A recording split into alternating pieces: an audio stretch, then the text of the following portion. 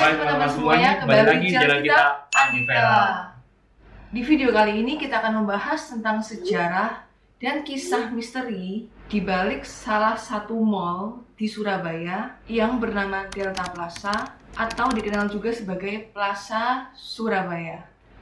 Delta Plaza Surabaya ini ternyata menyimpan beberapa kisah menyeramkan yang sampai sekarang masih diminati dan terus-menerus diceritakan oleh beberapa generasi.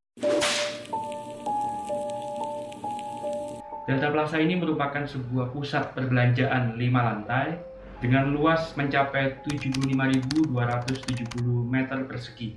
Delta Plaza ini termasuk mall yang cukup lama, namun toko-toko yang ada di dalamnya termasuk cukup lengkap. Jadi nggak kalah dengan pusat perbelanjaan lainnya di Surabaya. Jadi zamannya aku kecil tuh sering pol ya ke Delta Plaza. Iya, aku ya sering pol. Saya pas kita kecil kan belum ada mall lain ya kayaknya. Iya, betul. Cuma ada beberapa ya. Iya, cuma 2 atau 3 kayaknya. Iya, jadi tiap weekend itu pasti ke Delta Plaza sama keluarga. Yes. Oke. Dan secara arsitektural, desain dari mall ini memadukan gaya Jawa klasik dan modern. Hal yang paling kelihatan dari mall ini adalah eksteriornya yang menggunakan semacam mozaik aluminium di sisi selatan. Dan mall ini dulunya adalah bekas sebuah rumah sakit yang digunakan untuk merawat orang-orang pribumi di kota Surabaya. Karena pada masa itu, rumah sakit lainnya dikhususkan hanya untuk warga Belanda.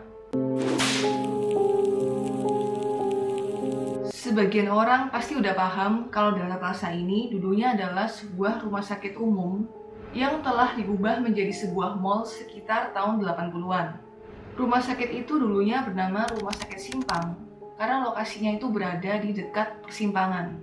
Dulunya, Rumah Sakit Simpang ini diberi nama Central Burgerlijke Ziekenrichting. Kemudian dikenal dengan sebutan Central Burgerlijke Ziekenhuis atau disingkat CBC. Namun ada juga yang menyebutnya Simpang Hospital atau Rumah Sakit Simpang. Dan para warga Surabaya itu pasti udah sangat paham kalau Rumah Sakit Simpang itu udah musnah dan sekarang berubah menjadi pusat perbelanjaan yang cukup megah. Dulunya, Rumah Sakit Simpang ini menangani pasien dan para korban pertempuran Surabaya. Para dokter dan suster di sana bekerja siang dan malam selama 24 jam tanpa mengenal lelah. Walaupun demikian, ternyata rumah sakit ini masih belum mampu menangani seluruh jumlah korban perang. Selain itu, rumah sakit ini juga difungsikan sebagai tempat rapat dan tempat untuk mengatur strategi oleh para pejuang arek Surabaya.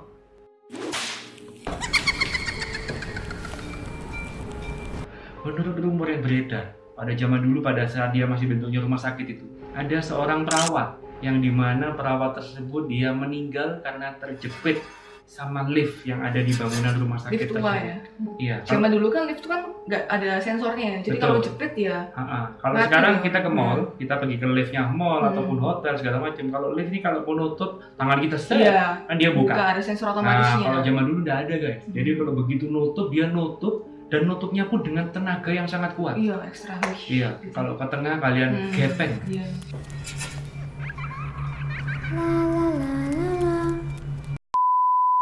Menurut beberapa saksi, sampai detik ini arwah dari suster yang dulu meninggal kegencet lift itu, dia masih sering kali muncul di parkiran atas dari mall tersebut.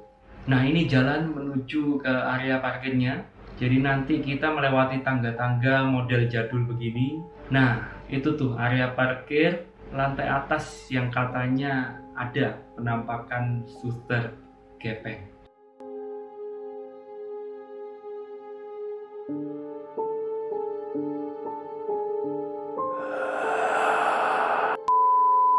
Dan ada saksi yang lainnya juga pernah berkata bahwa dia pernah melihat ada kursi roda yang berjalan sendiri di area parkir tersebut. Nah, karena sosok dari arwah suster gepeng ini sering mengganggu dan membuat pengunjung jadi ketakutan. Menampakkan diri ya. Iya, kalian bayangin lah, kalian lagi parkir mau masuk ke mobil, tiba-tiba di spion belakang ada. Iya.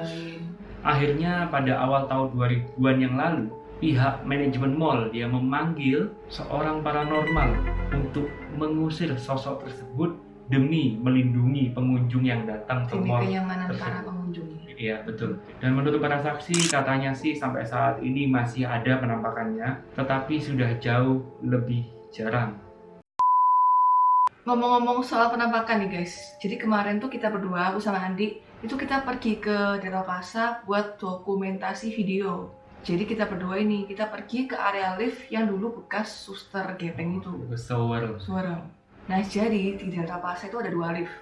Yang pertama tuh lift yang baru ya, yang buat Yang lift pengunjung. baru. Nah satunya itu lift yang khusus buat Pegawai sama barang aja ya. Jadi yang buat pegawai sama barang itu emang tempatnya agak sembunyi ya. Iya, tersembunyi, sulit nyarinya. Sulit nyarinya.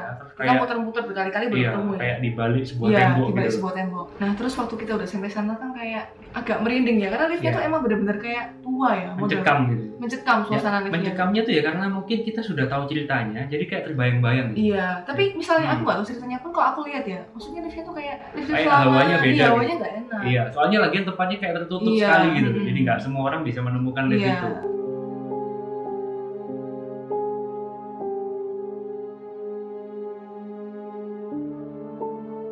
Jadi waktu kita kesana ya, ini ada kejadian yang benar-benar bikin kita merinding ya.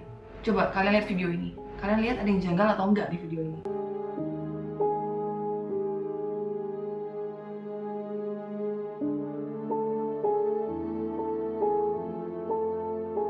Nah, jadi ini kan kita kan ceritanya mau masuk ya ke dalam liftnya. Terus nih sebelum kita mencet tombol liftnya, itu udah nyala duluan tombolnya. Kayak ada yang mencet gitu. Padahal di sana kan cuma ada kita berdua ya. Cuma ada berdua. Gak ada siapa-siapa. Ya. Coba deh kita putar sekali lagi videonya.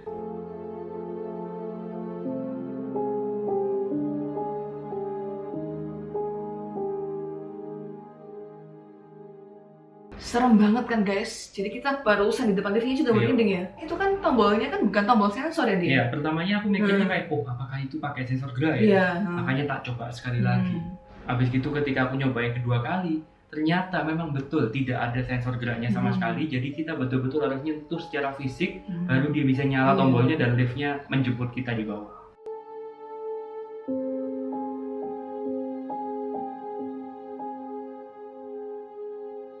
Nah waktu kita masuk itu sumpah aja merinding pol di dalam itu. Padahal nggak ada apa-apa ya. Gak ada apa-apa, sama sekali gak ada apa-apa. Kayak auranya tuh langsung iya, kayak apa ya? Kayak dingin mencekam. Iya, kayak langsung merinding meluruk. Di dalam tuh kan gak ada orang lain sama sekali. Jadi itu liftnya betul-betul hanya untuk ngangkat barang ke atas, ngangkat barang turun ke bawah. Terus di dalam kayak ada suara iya, kayak suara mesin-mesin lama itu. Suara mesin-mesinnya lift yang sudah lama. Warnanya juga kayak biru-biru. Iya, nuansanya betul-betul seremnya luar biasa di dalam. Selain area lift itu, mall itu betul-betul enak. Iya. Hawanya adem, buat belanja juga enak di sana. Cuman nggak tahu ya, cuman area lift itu aja. Iya, apakah karena memang jarang orang lewat, atau memang karena kita yang sudah tahu ceritanya jadi seakan-akan kayak jadi tempat kayak ini tersugesti gitu ya. Iya, betul. Oke. Jadi tak ingetin sekali lagi ya, bangunan mall ini dulunya adalah rumah sakit khusus untuk warga yang pribuminya Surabaya dan orang Belandanya memiliki rumah sakit yang lain. Nah, jadi kalau sekarang kita kelilingi bangunannya pun, itu lorong-lorongnya, bentuk-bentuk bangunannya itu memang mirip seperti rumah sakit. Dan pada saat aku masih kecil dulu, pernah ditakut-takuti, dibilangi bahwa kalau kamar mayatnya itu lokasinya yang ada di McD. Entah itu teknik supaya saya nggak minta McD lagi, atau memang betul-betul kenyataannya dulu kamar mayat di sana.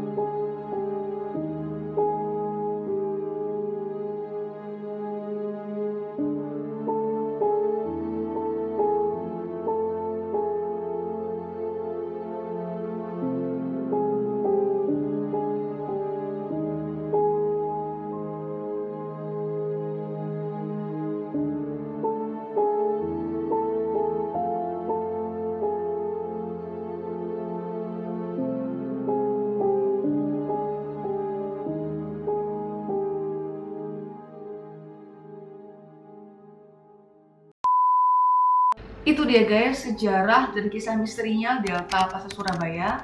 Nah, kalau buat teman-teman yang udah pernah ke sana, kalian pernah nggak sih ngalamin kejadian mistis di Delta Plaza Surabaya? Kalau ada yang pernah ngalamin atau punya pengalaman mistis di sana, kalian bisa kasih tahu kita dengan cara komen di bawah.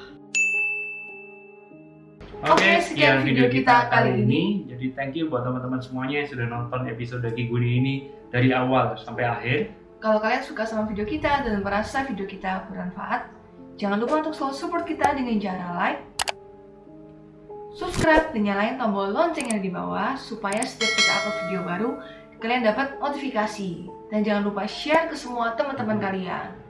Oke, sampai jumpa lagi di video Anivela berikutnya. Bye-bye.